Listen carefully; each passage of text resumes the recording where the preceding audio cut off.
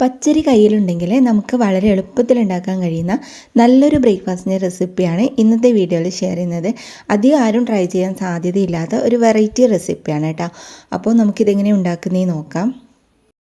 ഇതിനു വേണ്ടിയിട്ട് നമുക്ക് ആദ്യം തന്നെ പച്ചരി കുതിർത്ത് വെക്കണം. ഞാനിപ്പോൾ 2 ഗ്ലാസ് പച്ചരിയാണ് എടുത്തത്. നമുക്കൊരു 3 മണിക്കൂർ ഇത് കുതിർത്ത് വെച്ചിട്ട് ഇത് നല്ലോണം കഴുകി ക്ലീനാക്കി എടുത്തതിന് ശേഷം നമുക്കിനി ഇതിലേക്ക് ചോറ് ചേർത്ത് കൊടുക്കാം. 1.5 കപ്പ് ചോറാണ് കേട്ടോ ഇതിലേക്ക് ഇട്ട് കൊടുക്കുന്നത്. ഇനി നമുക്ക് ഒരു ഉള്ളി ഇതുപോലെ ചെറിയ കഷ്ണങ്ങളാക്കിയിട്ട് ഇട്ട് കൊടുക്കാം. അതിൻ്റെ കൂടെ തന്നെ നമുക്ക് 1 ടേബിൾ സ്പൂൺ ജീരകം ചേർത്ത് കൊടുക്കാം. പിന്നെ നമുക്ക് തേങ്ങയാണ് വേണ്ടത്. 1 കപ്പ് തേങ്ങ ഇതിലേക്ക് ഇട്ട് കൊടുക്കുന്നുണ്ട്. തേങ്ങ എത്രത്തോളം ചേർക്കുന്നോ അത്രയും നല്ല ടേസ്റ്റ് ഉണ്ടാവും. അതിൻ്റെ കൂടെ ഇനി നമുക്ക് ആവശ്യത്തിന് വെള്ളം ഒഴിച്ചിട്ട് ഇതൊന്ന് മിക്സ് ആക്കിയിട്ട് എടുക്കാം. ഇതിപ്പോൾ 1.5 കപ്പ് വെള്ളം ഞാൻ ഇതിലേക്ക് ഒഴിച്ച് കൊടുത്തിട്ടുണ്ട്. ഇനി നമുക്ക് ആവശ്യത്തിനുള്ള ഉപ്പും കൂടി ഇട്ട് കൊടുക്കാം. എന്നിട്ട് നമുക്കിതൊന്ന് അരച്ചെടുക്കണം. ഇതിപ്പോൾ കുറച്ച് അധികം ഉള്ളതുകൊണ്ട് ഞാൻ 2 ബാച്ചായിട്ടാണ് കേട്ടോ അരച്ചെടുക്കുന്നത്. അപ്പോൾ ആദ്യം നമ്മൾ നല്ലോണം ഒന്ന് മിക്സ് ആക്കിയിട്ട് നമുക്കിതൊന്ന് പകുതി മിക്സിൻ്റെ ജാറിലേക്ക് ഇട്ട് കൊടുക്കാം. എന്നിട്ട് ഇതിൽ നിന്ന് തന്നെ കുറച്ച് വെള്ളം ഒഴിച്ചിട്ട് നമുക്കിത് നന്നായിട്ട് അരച്ചെടുക്കാം. നമ്മൾ ദോശ മാവിനെല്ലാം അരക്കുന്നില്ലേ, അതേപോലെ തന്നെ അരച്ചെടുത്താൽ മതി. അപ്പോൾ ഇതാ ഫസ്റ്റത്തെ ബാച്ച് ഞാൻ ഈ ഒരു പാത്രത്തിലേക്ക് മാറ്റിയിട്ടുണ്ട്. ഇനി ബാക്കിയുള്ളതും കൂടി ഇതേപോലെ തന്നെ അരച്ചിട്ട് നമുക്ക് ഇതിൻ്റെ കൂടെ തന്നെ ഒഴിച്ചു കൊടുക്കാം. അപ്പോൾ ഇതാ ഈ ഒരു കട്ടിയിലാണ് കേട്ടോ നമ്മൾ മാവ് റെഡിയാക്കി എടുക്കേണ്ടത്. ഇനി റെസ്റ്റ് ചെയ്യാനൊന്നും വെക്കേണ്ട ആവശ്യമില്ല. നമ്മളിത് ഇഡ്ഡലി ചെമ്പിലാണ് വേവിക്കാൻ പോകുന്നത്. അപ്പോൾ ആദ്യം തന്നെ നമ്മൾ ഇഡ്ഡലി ചെമ്പിൽ കുറച്ച് വെള്ളം ചൂടാക്കണം. അതിനുശേഷം നമ്മൾ തട്ട് വെച്ചിട്ട് ഇതിലേക്ക് നമുക്ക് കുറച്ച് ഓയിൽ സ്പ്രെഡ് ചെയ്ത് കൊടുക്കാം.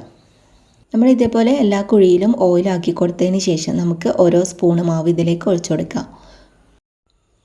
പിന്നെ നമ്മൾ ഇഡ്ഡലിയെല്ലാം ഉണ്ടാക്കുന്ന പോലെ ഇത് പൊങ്ങി വരുമൊന്നുമില്ല. അതുകൊണ്ട് ഇതിൻ്റെ കുഴിയിൽ ഫുള്ളായിട്ട് മാവ് ഒഴിച്ചാലും കുഴപ്പമൊന്നുമില്ല കേട്ടോ. അതേപോലെ തന്നെ ഓയിൽ ഫുഡൊന്നും കഴിക്കാൻ പറ്റാത്തവരുണ്ടാവുമല്ലോ. ഇപ്പോൾ ഓയിലിൽ ഡീപ്പ് ഫ്രൈ ചെയ്തിട്ട് കഴിക്കാൻ പറ്റാത്തവരെല്ലാം ഉണ്ടാവും. അങ്ങനെയുള്ളവർക്കെല്ലാം നല്ലൊരു ഓപ്ഷനാണ് ഈ ഒരു ബ്രേക്ക്ഫാസ്റ്റ്. ഇതുണ്ടാക്കുന്ന സമയത്ത് നിങ്ങൾ ഈ തട്ടിൽ ഓയിലിന് പകരം കുറച്ച് ഗീ ആക്കി കൊടുത്താലും മതി. അപ്പോൾ ഫസ്റ്റത്തെ തട്ടിൽ നമ്മൾ ഫുള്ളായിട്ട് മാവ് ഒഴിച്ച് കൊടുത്തിട്ടുണ്ട്. അതേപോലെ തന്നെ രണ്ടാമത്തെ തട്ട് വെച്ചിട്ട് ഫുള്ളായിട്ട് ഗീയോ അല്ലെങ്കിൽ ഓയിലോ മറ്റോ സ്പ്രെഡ് ചെയ്ത് കൊടുത്തതിന് ശേഷം നമുക്ക് രണ്ടാമത്തെ തട്ടിലും ഫുള്ളായിട്ട് മാവ് ഒഴിച്ച് കൊടുക്കുക. എന്നിട്ട് മൂടി വെച്ചിട്ട് നമ്മളൊരു 10 മിനിറ്റ് ഇത് കുക്ക് ചെയ്താൽ മതിയാവും. നമ്മൾ ഓൾറെഡി ഇതിലെ വെള്ളം നന്നായിട്ട് ചൂടാക്കിയിട്ടുണ്ട്. അപ്പോൾ അതുകൊണ്ട് 10 മിനിറ്റ് കൊണ്ട് തന്നെ നമുക്ക് ഇത് റെഡിയായിട്ട് കിട്ടും. അപ്പോൾ ഇതാ 10 മിനിറ്റ് കൊണ്ട് തന്നെ നമ്മുടെ ബ്രേക്ക്ഫാസ്റ്റ് റെഡി ആയിട്ടുണ്ട്. ഇത് ഇങ്ങനെ തന്നെ കഴിക്കാം.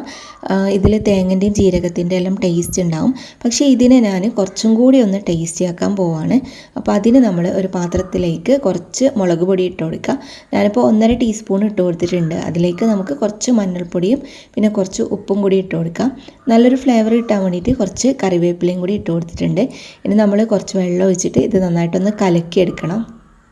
അധികം ലൂസായി പോകാണ്ട് ഇതുപോലെ കുറച്ച് കട്ടിയിൽ വേണം നമ്മൾ കലക്കിയെടുക്കാൻ.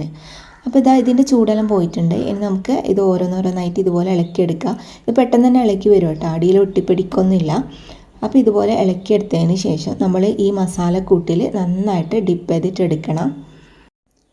ഈ ഒരു രീതിയിൽ ചെയ്യുമ്പോൾ ബ്രേക്ക്ഫാസ്റ്റിന് അടിപൊളി ടേസ്റ്റാണ് കേട്ടോ കിട്ടുന്നത്.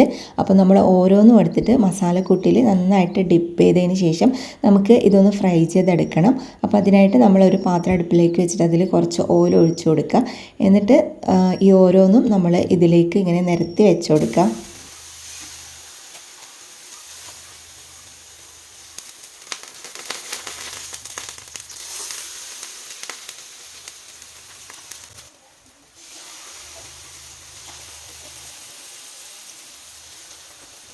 ഇനി കുറച്ച് സമയം ഫ്രൈ ചെയ്ത് കഴിഞ്ഞിട്ട് നമുക്ക് ഇത് തിരിച്ചിട്ട് കൊടുക്കുക. മറ്റേ സൈഡും അതേപോലെ തന്നെ ഫ്രൈ ചെയ്യുക. ഹൈ ഫ്ലെയിമിൽ തന്നെ വെച്ചിട്ട് പെട്ടെന്ന് ഫ്രൈ ചെയ്താൽ മതിയാവും.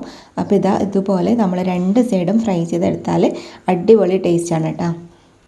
പിന്നെ ഞാൻ നേരത്തെ പറഞ്ഞതുപോലെ ഓയിൽ ഫുഡ് കഴിക്കാൻ പറ്റാത്തവരാണെങ്കിൽ ഇങ്ങനെയൊന്നും ചെയ്യണമെന്നില്ല. നിങ്ങൾ അത് പുഴുങ്ങിയെടുത്തതിന് ശേഷം നിങ്ങൾക്ക് അങ്ങനെ തന്നെ കഴിക്കാൻ പറ്റും. ഇതാകുമ്പോൾ നമുക്ക് കറണ്ട് ആവശ്യമൊന്നുമില്ല. അതുപോലെ തന്നെ കുട്ടികൾക്ക് ലഞ്ച് ബോക്സിലെല്ലാം കൊടുത്തു വിടാൻ പറ്റുന്ന അടിപൊളി ബ്രേക്ക്ഫാസ്റ്റാണ്. അപ്പോൾ എല്ലാവരും ട്രൈ ചെയ്ത് നോക്കുക. ഇന്നത്തെ റെസിപ്പി നിങ്ങൾക്ക് എല്ലാവർക്കും ഇഷ്ടമായി വിചാരിക്കുന്നു. വീഡിയോ ഇഷ്ടമായാൽ മറക്കാതെ ലൈക്കും ഷെയറും കമൻറ്റും ചെയ്യുക. ഇതുപോലുള്ള റെസിപ്പികൾ കാണാനായിട്ട് നമ്മുടെ പേജ് ഫോളോ ചെയ്യാനും യൂട്യൂബ് ചാനൽ സബ്സ്ക്രൈബ് ചെയ്യാനൊന്നും മറക്കരുത്.